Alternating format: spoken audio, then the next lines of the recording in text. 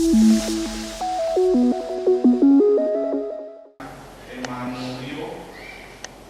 SH 16 nomor 30 Surabaya berdasarkan surat kuasa khusus.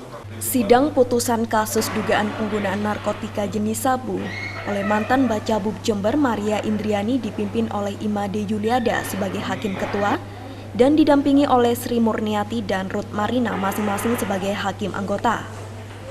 Dalam sidang tersebut, hakim memutuskan 1 tahun penjara terhadap terdakwa karena dinilai terbukti melanggar pasal 127 Undang-Undang Narkotika Nomor 35 Tahun 2009. Namun, penasehat hukum terdakwa Trisno Hardani menilai putusan hakim telah melanggar mekanisme hukum yang benar karena barang bukti sisa sabu tidak ditunjukkan dalam persidangan.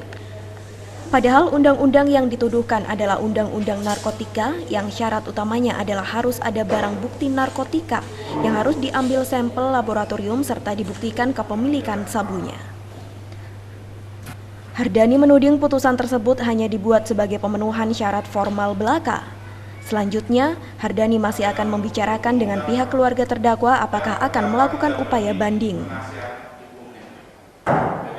Agar itu hal yang saya memandangnya ini hanya untuk memenuhi syarat formal.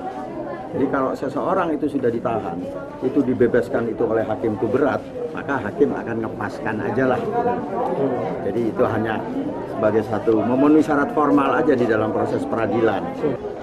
Mekanismenya tidak seperti itu kalau mau menciptakan keadilan. Ini barang yang ditemukan di tempatmu, ya.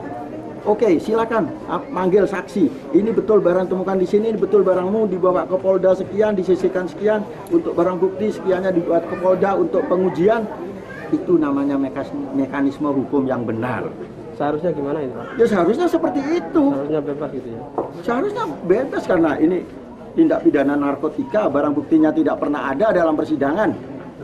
Kenapa harus takut memutus bebas? Takut dosa? Karena sudah ngukum orang? Enggak. Jadi untuk sikap selanjutnya, Pak? Ya kami bicarakan karena keluarganya, saya bicara sama keluarganya apakah mereka akan melakukan upaya banding.